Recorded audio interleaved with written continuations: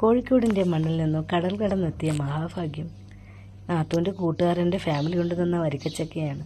Season ആകുമ്പോഴൊക്കെ കാത്തിരിക്കും ഒരു ചുള കിട്ടണേന്ന് പ്രാർത്ഥിച്ച്. ഒരുപാട് പ്ലാവൊക്കെയുള്ള കുടുംബത്തിലെ അംഗമായിരുന്നു ഞാനും. ചക്ക കട്ട് ചെയ്ത് കാത്തിരിക്കുകയാണ് തിന്നാൻ. കെട്ടിയവനും അങ്കിളൊക്കെ വന്ന് അടുത്ത് നിൽക്കുകയാണ് ചക്ക തിന്നാൻ വേണ്ടിയിട്ട്. ഞാൻ ഏറ്റവും കൂടുതൽ ഇഷ്ടപ്പെടുന്ന ഒരു ഫ്രൂട്ടാണ് ചക്ക.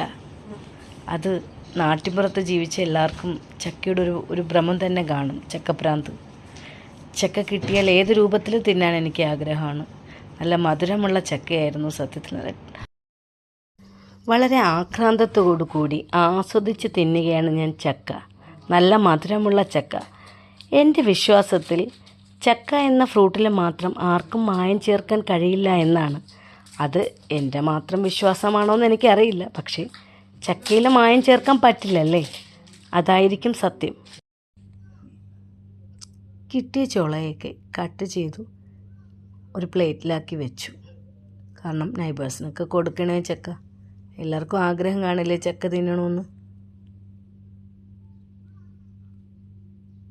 എല്ലാം ഇറുത്തു പറക്കി ചവണിയെല്ലാം കളഞ്ഞു സെറ്റ് ചെയ്തെടുത്തു.